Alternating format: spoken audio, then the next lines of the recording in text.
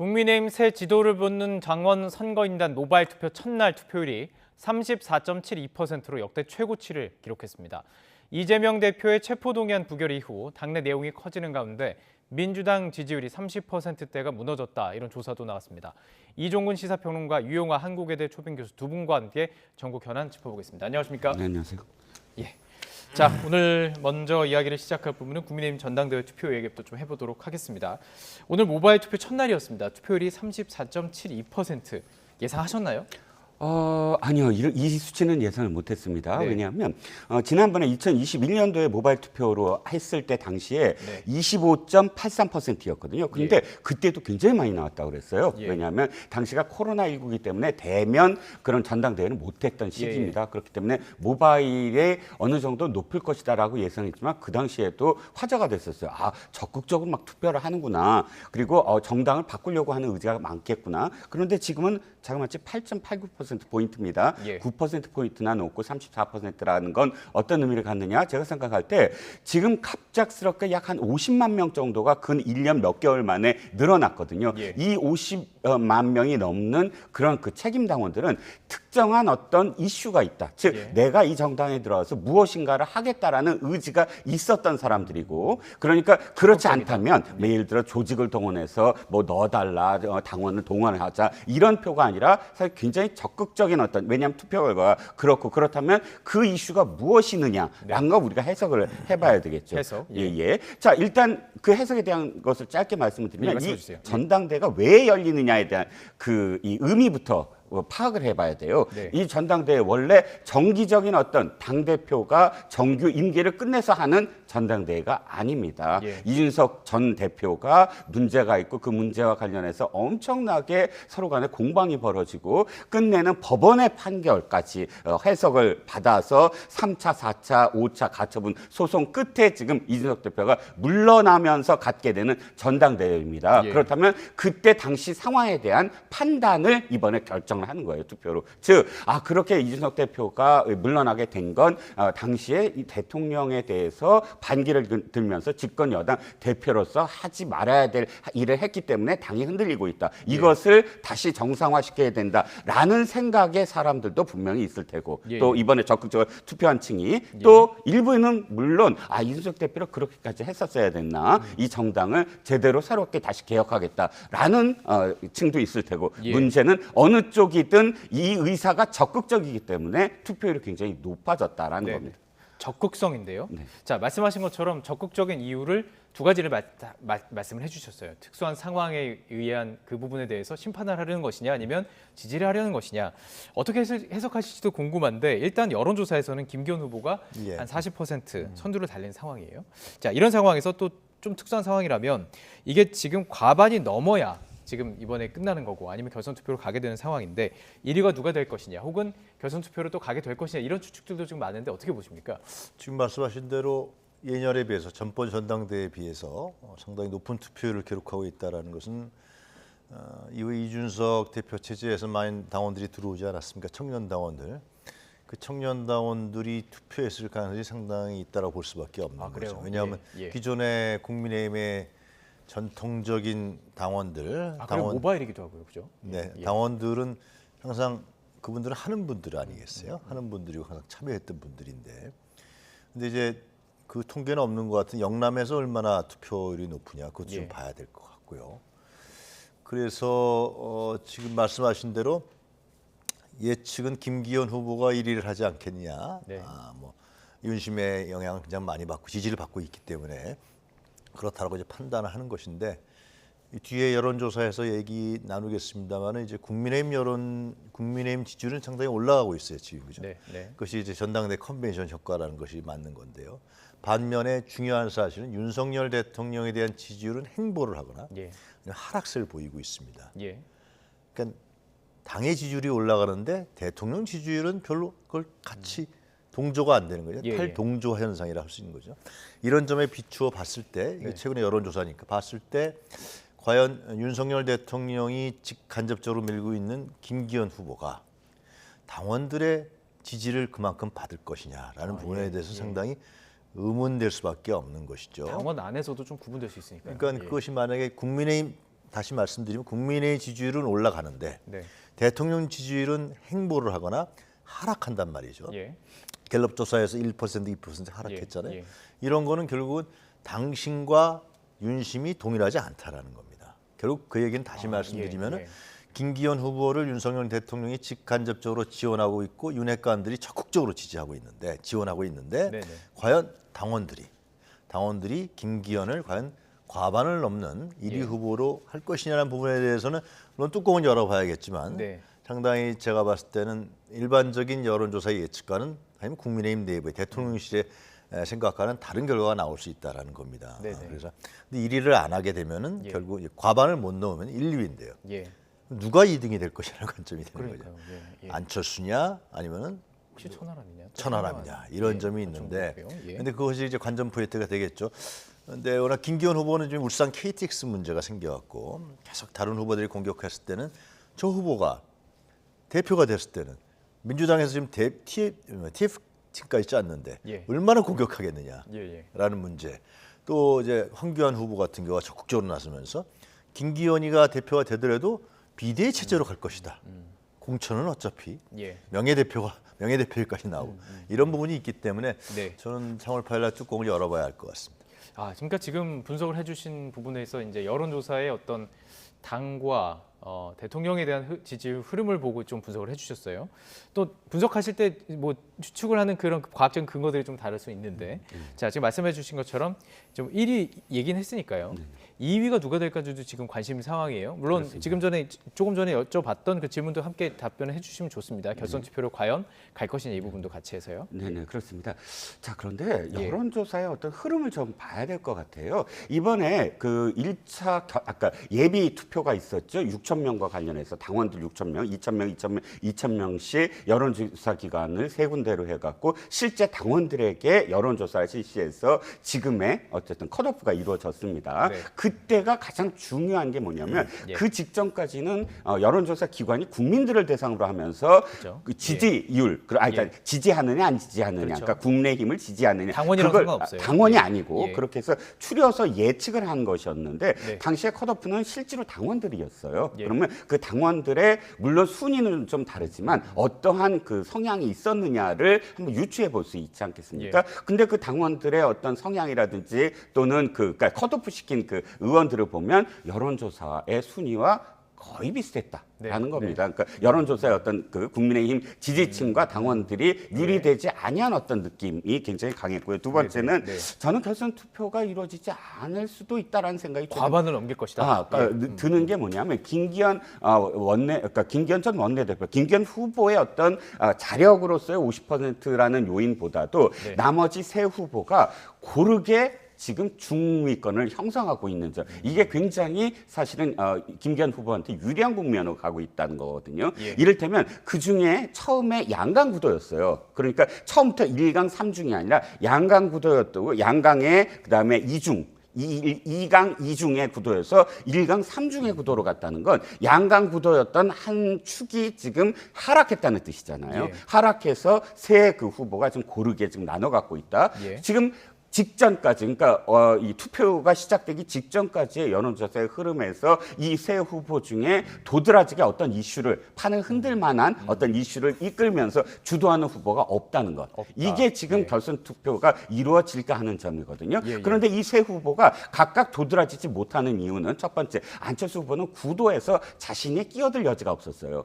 친박은 뚜렷하게 지금 김기현 후보고 친윤? 예. 친윤, 예. 죄송합니다. 예. 친윤은 뚜렷하게 김기현 후보고 예. 반윤 내지는 비윤은 뚜렷하게 천하람 후보예요. 그런데 자신은 지금 범윤으로서 자리매김하면서 어정쩡한 어떤 상태였거든요. 예. 구도를 바꿔보려고 수도권 얘기를 했지만 그러나 수도권 대표론이 안 먹혀 들어가요. 구도가 네네. 안 형성이 됐어요. 천하람 후보는 많이 치고 올라왔죠. 하지만 딱 멈춰선 시점이 어느 시점부터냐면 이준석 대표가 언론에 나오기 시작한 갈등돼요. 오히려? 오히려 예. 이준석 예. 대표가 막 지금 현안에 대해서 이야기를 하다 보니까 사실 전국적인 인지도는 이준석 대표가 사실 많아요. 예. 그런데 천하람 후보는 이번에 신인이잖아요. 예. 정치 신인이 지금 자신을 알려야 되는 어떤 시점에서 네네. 이준석 대표가 언론에 더 많이 집중이 되다 보니까 예. 도리어 그게 도와주는 것이 아니라 예. 이 가려지는 어떤 효과가 정체되는 어떤 이유라고 할 수 있고 황교안 예. 후보는 마지막으로 말씀을 드리면 황교안 후보가 달라졌어요. 이런 얘기가 많이 나와요. 네네. 이전에 황교안 후보는 굉장히 점잖고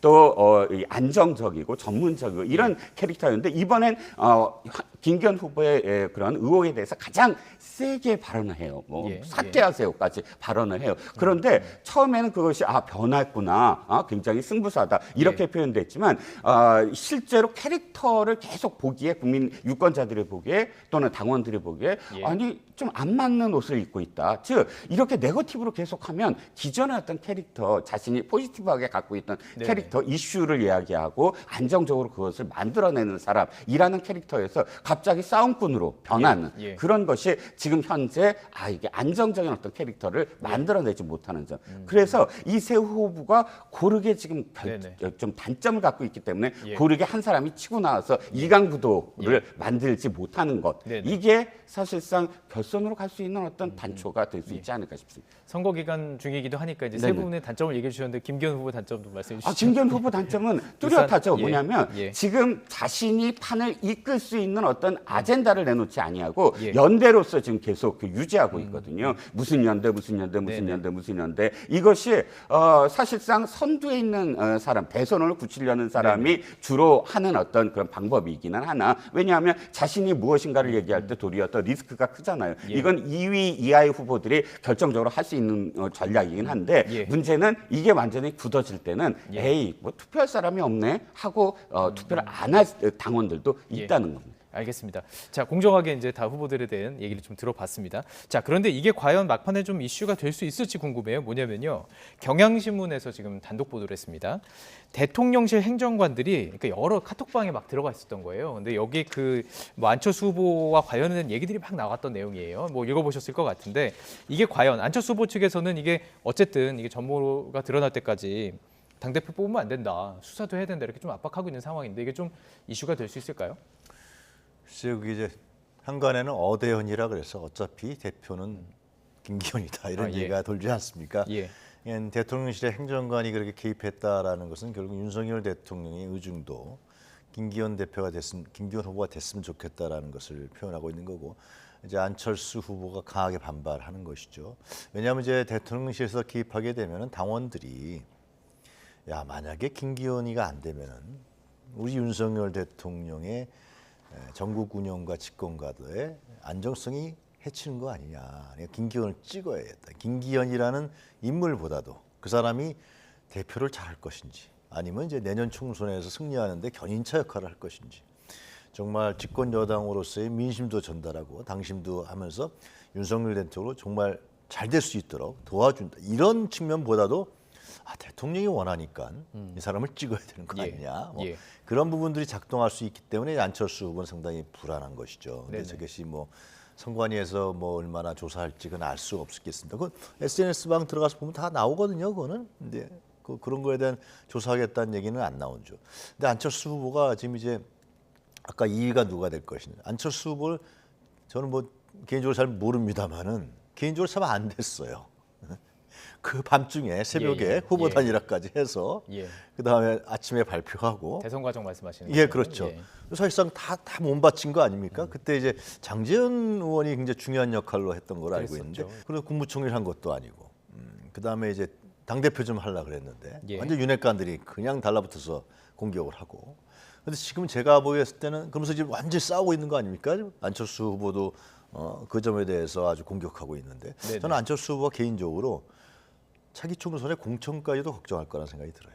그래요. 예. 그렇죠. 윤핵관을 건드렸으니까. 윤핵관이 뭐라 그럴 때 그냥 알았습니다 그랬어야 되는데 예. 그걸 건드려서 그냥 거의 싸웠잖아요. 그래서 그렇게까지 생각하시는 안철수 거예요. 예. 후보가 이번에 아마 모르겠어요. 그분의 정치 인생이 어떻게 될지 모르지만 특히 이익까지도 못한다. 예. 그럼 상당히 정치적 생명이 위태로워지는 거죠. 예. 알겠습니다. 그렇기 때문에 이제 3월 8일 발표가 좀 궁금합니다. 정말로 궁금하고 이거 뭐 좀 여러 가지 이제 여론조사와 실제가 나오는 것도 이렇게 맞춰보는 것도 참 궁금한 상황인데, 자 지금 결선 투표로 가게 되면 3월 8일 전당대회 이후에 이제 또 결선 투표가 시행이 되는 거잖아요. 근데 3월 8일 전당대회 윤석열 대통령이 지금 참석할 예정이라고 오늘 저희가 보도를 다 했습니다. 그 주 이슈 그 일정이 보니까 나와 있는 거예요. 야, 그러면 그 자리에 이제 나와서 여러 가지 통합 메시지를 던지겠지만 이게 좀 투표에도 영향을 끼치는 거 아니냐 이런 얘기도 있던데 어떻게 보세요? 일단 예전 예. 같은 경우는 논란이 분명히 있긴 있었습니다. 근데 논란에도 불구하고 국민의힘 정당 계열의 그런 그 정당에서는 예. 대통령이 참석을 했던 적이 많아요. 예. 뭐 박근혜 대통령도 2014년, 2016년 전당대회 다 참석을 했고요. 이명박 대통령도 그런데 있었고요. 또 예. 지금과 비교했을 때 굉장히 다르죠. 그때는 저도 이제 당시에는 현직에 있었기 때문에 전당대회 열기에 대해서 이제 취재를 네, 또 네. 그 기자들한테 시키잖아요. 당일 분위기가 굉장히 중요해요. 당일에 그 후보들의 그런 어떤 이 유세라든지 세몰이, 예. 또 세몰이 그리고 또 실제로 현장 연설 굉장히 중요하거든요. 왜냐하면 당일날 현장에서 대의원 투표가 이루어져요. 그게 한 2만 명 가까이 옛날에 됐거든요. 예, 예. 이게 물론 그 전에 무슨 사전 온라인 투표가 있긴 있었습니다만 네. 그날의 투표의 어떤 분위기가 사실상 굉장히 좌우하는 어떤 이 결과를 낳았는데 이번에는 그 전날까지 온라인 투표가 다 끝나거든요. 현장에서 투표가 없어요. 현장에서는 예. 다만 결과만 발표하고 뭐 다 축사하고 이렇게 그런 분위기일 겁니다. 예. 물론 앵커께서 말씀하셨듯이 결선 투표로 갔을 때는 어떻게 되느냐 그러니까요. 이건데요. 예. 뭐 결선 투표가 만약에 이루어진다면 거기에 맞게 또 윤 대통령도 뭐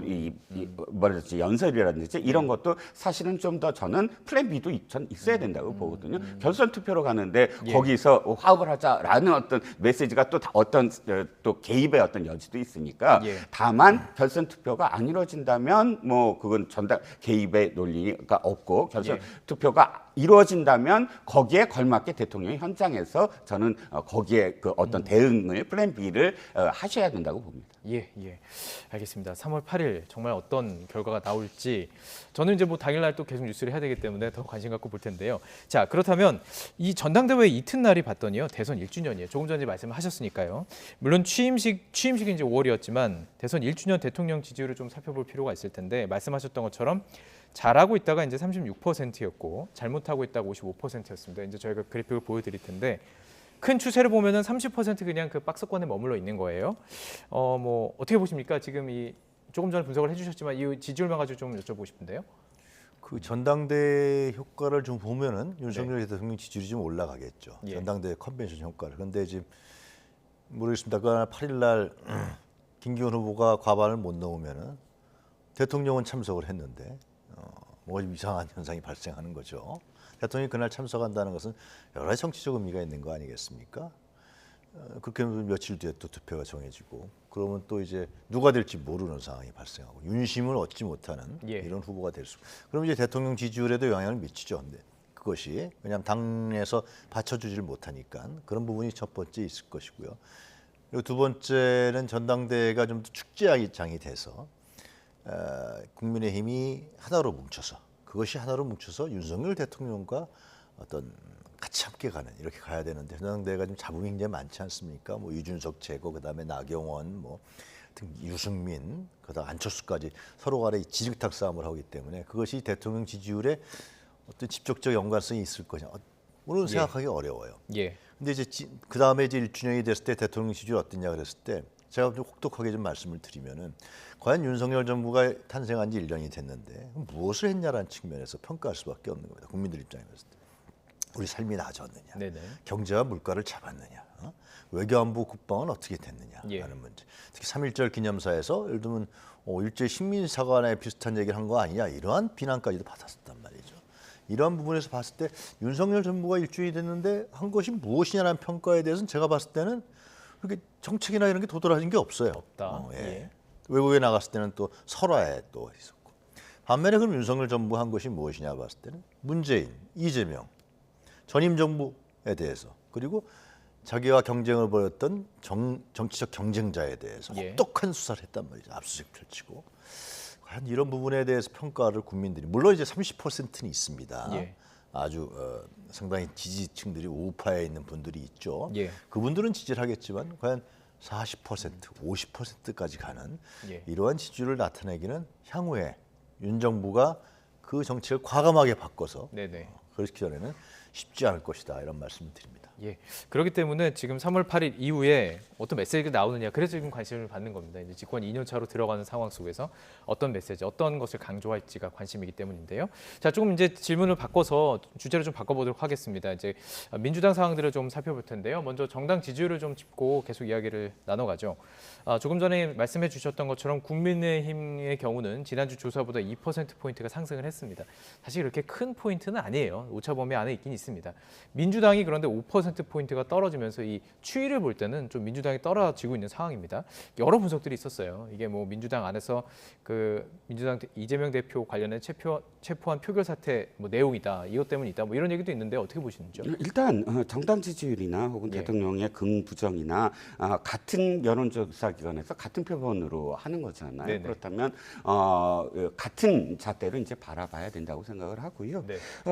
지금은 정당의 시간이다라는 생각입니다. 예. 즉 지금 일단 이 예산 결산이 끝났고 이제 새롭게 그 정책을 집행하면서 시작되는 어떤 상황 속에서 전당대회가 있잖아요. 그럼 네. 전당대회는 어차피 뭐 시선을 집중할 수밖에 없는데 전당대회와 관련해서 컨벤션 효과가 있다는 건 일단 흥행이 된다는 것이고 흥행이 된다는 건 그만큼 이 국민의힘에 지금 나온 후보들이 각각의 독특한 어떤 캐릭터들을 갖고 있다. 중복되지 아니하고 예. 뭐 하나는 강성, 하나는 전통, 하나는 중도, 하나는 개혁 이렇게 각각의 어떤 캐릭터를 갖고 이렇게 경쟁을 하는 모습 이 모습 자체를 어쨌든 국민들이 네네. 판단하고 그래서 컨벤션 효과가 있다고 보고요. 민주당은요? 예, 상대적으로 민주당이 좀 걱정되는 거, 우려되는 부분은 뭐냐면 이 지지율의 추세선입니다. 지지율의 추세선이 근 한 2, 3주 내에 이 네. 갤럽 조사나 리얼미터 조사나 거의 비슷한데 예. 2, 3주 내에 계속 하락하는 추세선이라는 거예요. 한 번도 정체되거나 그렇지 아니하고 또 뭐 다른 여론조사 기관들도 거의 비슷한 어떤 추세선을 갖고 있습니다. 그런데 지금 보면 기자들이 뭐 당대표에 대해서 묻는 것이 사실상 당대표는 민생에 대해서 물어라 하지만 대개는 사법 리스크와 관련해서 묻고 있어요. 그건 뭐 어떠한 이 정치적 성향을 떠나서 모든 여론조사, 기자들이 그건 예, 예. 뭐냐면 예. 국민들이 묻는 거나 마찬가지거든요. 즉, 네. 지금 국민들이 관심을 갖는 부분이 이 정당에 대한 문제가 아니라 당대표의 리스크와 관련된 문제에 집중하고 있다. 네. 그러므로 지지율은 떨어질 수밖에 없는 것이거든요. 예, 예. 그런데 이 당이 그렇다면 당대표와 다르게 아까 다르다는 건 뭐냐면 당대표라는 표현을 떠나서 이 리스크를 갖고 있는 소속 정치인과 달리 당이 무게중심을 갖고 무엇인가 이슈를 이끌어 나가는 그런 추세를 그런 어떤 행동이라든지 예. 또는 기타 이 당 리스크와 관련해서 네, 네. 당내의 어떤 서로 간의 정파 간의 어떤 그런 합의나 설득이나 혹은 또는 어떤 그런 분위기에 이 모멘텀을 만들어내지 못하고 있다. 즉 3주 전의 모습과 지금의 모습이 예. 그냥 계속 검찰을 지금 비난하고 예, 현 예. 정부를 비난하는 그 모습 속에서만 계속 일관되고 있다. 그렇다면 결과적으로 이 여론조사를 봤을 때 그러한 전략적 포지셔닝이 여론에 먹히지 않는다라고 생각을 한다면 뭔가 다른 모습, 건너가 고문이 지금 네. 걱정을 하거나 유인태 사무총장이 걱정을 하거나 하는 선당 후사로 바꿔야 된다라는 어떤 조언을 이제는 민주당이 좀 들어야 되지 않을까라는 생각도 해보는 거죠. 지금은 이제 정당의 시간이고 정당이 지지율을 받기 위해서는 진짜 민생이라든지 정책적인 어떤 그 포커스를 맞춰야 될 시기에 그렇지 못하다는 것인데요. 지금 어쨌든 지난 한 주간 아마도 많은 기사들이 민주당과 관련해서는 이 내용이었던 것 같습니다. 그러니까 이탈표를 던진 그 의원들, 그러니까 체포해라라는 그 탈출한 거죠. 그러니까 부결시키는 그런 과정 속에서 자 색출하겠다는 문제고 이제 그것에 대해서도 이제 바라보는 뭐 여러 가지 이제 강성 지지자들은 이제 상당히 승분하는 것이고요. 이재명 대표가 그래서 결국엔 내부에서 이렇게 싸우는 것은 좋은 모습이 아니다라고 얘기했습니다. 근데 이게 과연 이것으로 봉합이 될 수 있느냐라는 부분이에요. 예, 어떻게 해야 되는 건가요? 매우 심각하죠. 예. 잠깐 그 전에 그러니까 예. 그 민주당의 그 지지율 이재명. 네, 네. 근데 그거는 제가 간단하게 좀 짚고 싶은데 네. 이재명의 사법 리스크라는 것은 그러니까 이제 검찰이나 국민의힘에서 얘기하는 거죠. 그것이 사법 리스크인지 무슨 리스크인지 잘 모르겠지만 그것은 지금 이 여론조사 조사에 들어가 있지 않았어요. 오래됐어요, 굉장히. 계속 있었기 때문에. 그렇기 예, 때문에 예. 이재명 당대표가 검찰의 수사를 받고 있다 그래서 그것이 지지율에 영향을 미쳤다라는 것은 여론조사의 추이라든가 과정을 봤을 때는 전혀 합당하지 않은 해석이다라는 예. 점 말씀드리고 예. 그다음에 지금 이재명 대표 당대표 체포 동의안에 대해서 네. 가결을 던졌고 기권을 하고 네. 무효표란 사람들 이것이 뭐 30명 이상이라고 나온다고 잡아라고 하죠. 예. 얘기를 하는데 그럼 이분들을 어떻게 할 것이라는 문제가 당내에서 많이 논의되고 있지 않겠습니까? 당원들도 막 그러고 그런데 이재명 당대표는 이 문제에 대해서 이제 통합으로 해 나가야 된다 그런 메시지를 계속 얘기하고 있고 이들을 수박이라 그러지 말라 그러고 명단도 예를 들면 지금 SNS에서 많이 떠돌아다니거든요. 사진까지 해서 누구 했다, 뭐 어디 개다, 회동했던 모임 같은 것들 막 사진 어디 보죠? 개다 나온단 예. 말이죠. 그런데 저는 이런 생각이 들어요. 물론 이재명 당대표가 대표니까 그런 얘기는 해야 된다고 생각이 들고 계속해서 통합을 가져가야겠죠. 그러나 과연 그분들과의 화해와 설득이 가능하겠냐라는 생각이 듭니다. 예. 예. 그것은 왜 그러냐면 그분들 제가 누군지 모르죠. 저도 네. 누군지 추정만 할 뿐인데 모르는데 예. 예. 그 피켓팅들 많이 했잖아요. 예. 국회 본청 앞에서 전원들이 다 와갖고 검찰 독재다 뭐 피켓팅 다 한 거 아니에요? 예. 검찰 탄압이다 했는데 당일날 다 그래도 부결한다고 그랬단 말이죠. 다. 그리고 제가 듣기에는 이재명 당대표가 상당히 좀 우려되는 의원들을 개별적으로 다 만났다 그러더라고요. 그렇다고 하더라고요. 만났다고 예. 하는데 근데 그날 이제 가결을 해버린 거예요. 그죠? 예. 기권을 하고 예. 무효표를 던지고 네. 그리고 이제 끝나고 나서 더 중요한데 예. 자신들 헌법기관이 입법기관 아닙니까? 나는 이러이러해서 난 가결을 던졌습니다. 라고 얘기해야 될 거 아니에요. 근데 다 물어보면 난 가결 안 던졌어. 예, 누가 던진지 잘 모르겠어. 예. 그래놓고 이제 다른 식의 얘기를 한단 말이죠. 당대표를 그만둬야 된다. 뭐 공천권 얘기를 한단 말이죠. 과연 이분들과 과연 그러면 이제 총선 때까지 같이 갈 수 있냐는 문제가 자연스럽게는 나올 수밖에 예. 없다는. 예. 그리고 뒤통수 맞았다 지도부들이 네네. 정신이 없다 뭐 이런 얘기들을 당일날들 하더라고요. 그런 걸 봤을 때는 과연 물론 당 대표야 이제 통합 얘기를 하고 해야겠지만은 이후에 뭐 체포동의안이 온다라든가 여러 가지 탄핵 문제도 있지 않습니까? 예. 김건희 특검 뭐 또 50억 클럽 특검 예. 또 뭐 장관에 대한 탄핵이 또 나타났습니다. 과연 이분들을 믿고서 갈 수 있겠느냐 민주당에서 예. 그 부분에서 민주당 지도부라든가 당내 구성원들이 예. 심각하게 고민하지 않겠냐 저는 예. 그렇습니다. 고민하지 않겠냐. 그 정도로 다 지금 거기까지 딱 말씀해 주시죠. 어떤 걸 지금 말씀해 주시지 못했는데, 자 그렇다면 지금 여기에 또 하나 좀 논란이 좀 추가되는 부분이 있습니다. 이재명 대표가 그 김규환 CBS 논설위원장과 뭐 통화해서 그런 얘기를 했다고 해요. 이건 지금 그 CBS 논설위원장의 주장입니다. 그러니까 옥중 공천, 그러니까 혹시라도 구속이 돼도 그 안에서 공천권을 행사하겠다는 거고 당 장악에 대한 자신감을 갖고 있다라고 얘기했다고 주장을 하는 것이고, 이 대표 측은 통화 사실이 있지만 해당 주장은 아니라고 부인을 하고 있어요. 이 과정 속에서 이게 전체적인 이런 과정 속에서 나온 얘기이기 때문에 더 관심이 가는 거거든요. 이 전체적인 과정 어떻게 보세요? 일단 예. 당 대표가 모 방송국의 논설위원 실장과 네. 뭐 통화를 했다. 근데 논설위원 실장이 거기에 대해서 계속 그 자신은 입장을 달리하지 않고 당에서 부인했는데도 불구하고 한다면 네. 어느 정도는 우리가 전제를 할 때 그런 발언, 유사한 발언을 했다라는 전제에서 얘기를 할 수밖에 없고요. 그런데 그 발상이 사실상 이 지금 리스크의 시작이다, 단초이다라는 겁니다. 여지가 없잖아요. 예. 어떠한 경우라도 난 끝까지 당 대표를 고소하겠다. 즉 예. 자신이 이제 구속되고 또 법정에서 법정 구속을 당하든 뭐 어찌 됐든 간에 감옥에 있을 때라도 공천을 계속하겠다라는 건 무슨 문제가 생기냐면, 예를 들자면 이 문제가 예를 들어서 이 정당에 어떤 특정 정치인이 있어요. 그런데 이 정치인과 관련해서 여러 가지 문제가 있고 당내에 여러 가지 다른 목소리가 있을 때 예. 당 대표가 할 일은 그 여러 가지 어떤 목소리들 중에 사실 그것을 협상하고 설득하고 해야 되는 일입니다. 그런데 문제는 그 당사자가 자신이라는 거죠. 자신이 스스로 당대표이잖아요. 그러니까 예. 그 문제가 돼 있는 이 공방의 논란의 핵심적인 어떤 피의자이든 아니면 어떤 피해자이든 간에 그 사람과 당대표가 분리돼야지만 돼야 된다라는 거예요. 그래야 당도 객관적으로 무엇인가를 할 수 있고, 예. 이게 지금 건노갑 고문이라든지 또는 유인태 사무총장의 이야기거든요. 네. 이게 지금 부결을 하든 무효표를 던지든 가결을 하든 이 당내의 다른 목소리는 어떤 목소리냐면 가서 지금 검찰에 구속되라라고 이야기하는 것이 아니라 지금 영장 실질 심사를 그냥 당당히 받으시라. 그래갖고 판사가 거기에 대해서 당연히 지금 주장하는 대로 또는 당이 생각하는 대로 이건 정말 근거가 없고 검찰이 정말 무리하고 조작됐다면 그 판사가 당연히 그 영장을 기각할 것이다. 우리가 영장 실질 심사에 그걸 받으라는 의미이기 때문에 지금 이런 목소리가 나온다라는 것인데 여기에 대한 대답은 뭐냐면은 나는 끝까지 영장실질심사에 참여하지 않겠다. 뭐 김규환 논설시장한테 그렇게 얘기했다고 해요. 그리고 나는 뭐 옥중에 가서라도 공천을 계속하겠다. 이건 당내의 다른 목소리에 대해서 대답한 것이라고 저는 보여지고요. 이게 궁극적으로는 개인의 문제가 아니라 당의 공천 문제이거든요. 그렇죠. 공천과 관련 1년밖에 안 남았는데 또 거기에 이 현역을 지금 판단하는 그런 이 공천이 아니라 공직자 그 평가위원회 위원장을 송모 교수로 지금 임명을 했어요. 근데 송모 교수가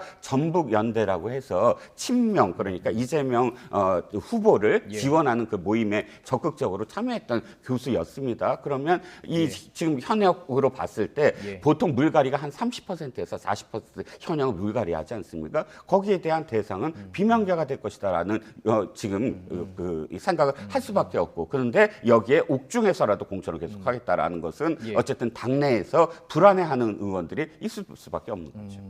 자, 그렇습니다. 자, 그렇다면 이제 마지막 질문이 될 것 같은데요. 검찰을 바라보는 시선이 이제 정말 믿음이 없는 거예요. 지금 민주당 측에서는 특히 이 대표 측은 더 그렇고요. 그런 상황에서 민주당이 이제 50억 클럽 특검법까지 발의를 했습니다. 그러니까 어떻게 보면 뭐 전면전에 나가는 것 같기도 해요. 이런 과정들을 어떻게 보시는지요? 그건 뭐 예정돼 있었던 것 같고, 있었다? 근데 이제 건노갑 고문이 그런 얘기 했다는 얘기는 제가 언론 보도에서 본 적이 없는 것 같은데요.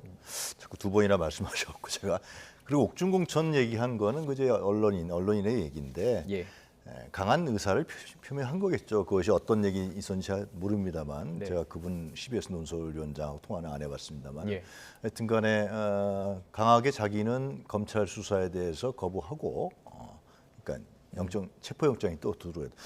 그게 쪼개기 영장이라는 거 아니에요? 그 검찰에 있었던 분한테 제가 들었는데 혐의점에 대해서 아니 이렇게 그러니까 하는 거예요? 검찰이 다 이 혐의를 다 갖고 있는데 다 갖고 있어요. 그러니까 이 혐의로 넣고 이 혐의로 넣고 그거는 굉장히 국민의 기본권에 대한 유린인 것이고 이재명 당대표에 대한 문제뿐만이 아니라 이거는 인권 유린인 것이고 검찰이 여태까지 그런 사례가 없대요.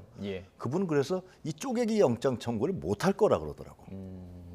검사로서의 기본적인 검사를 부정하는 거라고 얘기하더라고요. 하여튼 근데 이번에 검찰은 한동훈 장관의 검찰을 어떻게 봐야 될 것 같아요. 그분은 쪼개기 영장 청구라는 건 있을 수가 없다라고 얘기를 하는데 그런데 이제 특검이라든가 이런 부분들은 결국은 민주당이 원래 계획했던 부분이고 김건희 특검법은 발의가 돼 있고 이제 정의당하고 문제가 있겠죠. 정의당하고 이제 50억 클럽에 대한 부분인데 그건 조정을 해서 하나 하겠죠. 근데 이제 이번에 이제 체포동의안 이 부분이 상당히 가결이 되고 이런 표가 나왔으니까 이것을 이제 어떻게 추진해서 나가냐라는 고민이 있겠죠. 고민이 있고 또 거기서 이제 가결한 의원들을 그럼 어떻게 믿을 거냐.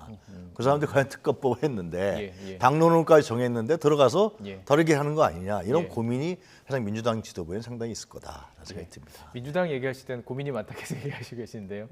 상황들을 좀 지켜보도록 국민의힘도 하겠습니다. 고민이 있다고 아까 제가 얘기한 것 맞습니다. 같은데 국민의힘도 같이 고민이 고민이 있는 있다고 상태. 얘기했습니다. 맞습니다.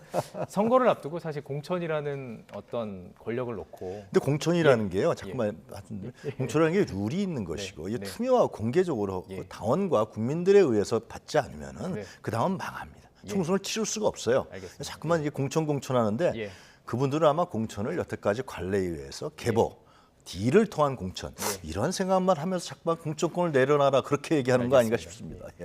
알겠습니다. 자, 여기까지 듣도록 하겠습니다. 이종근 시사평론가 유용한 한국외대 초빙 교수와 함께 이야기 나눠봤습니다. 고맙습니다. 네.